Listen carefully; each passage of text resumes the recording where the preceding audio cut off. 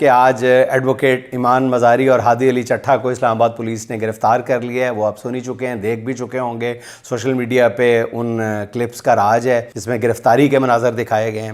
گرفتاری کے وقت ایمان مزاری اور ان کے شوہر کو بھی علم نہیں تھا کہ انہیں کس مقدمے میں گرفتار کیا جا رہا ہے ایگزیکٹلی۔ دونوں میاں بیوی اسلام آباد ہائی کورٹ سے اسلام آباد کچہری میں اپنے خلاف چلنے والے کیس میں پیش ہونے کے لیے جا رہے تھے۔ ناظرین، جس فلمی انداز میں ایمان مزاری کو گرفتار کیا گیا، پولیس کی درجنوں گاڑیوں نے اسلام آباد ہائی کورٹ بار کی اس گاڑی کا گھیراؤ کر لیا جس میں ایمان مزاری اور ان کے شوہر عدالت جا رہے تھے۔ دونوں کو گھسیٹتے ہوئے گاڑی سے نکالا گیا۔ ایمان مزاری اور ہادی چٹھا 3 روز سے صدر Islamabad high court bar Wajid Gilani کے چیمبر میں پناہ لیے ہوئے تھے۔ گرفتاری کے وقت ان کے ساتھ موجودہ صدر Islamabad high court bar Wajid Gilani نے کہا شرم محسوس ہوتی ہے بتاتے ہوئے کہ دونوں معزز وکلاء ایمان مزاری اور ہادی علی چٹھا پر گرفتاری کے دوران تشدد کیا گیا ہے۔ ایمان مزاری کو مرد اہلکاروں نے نیفے سے پکڑ کر گردن دبوچ کر گھسیٹتے ہوئے گاڑی میں ڈالا ہے۔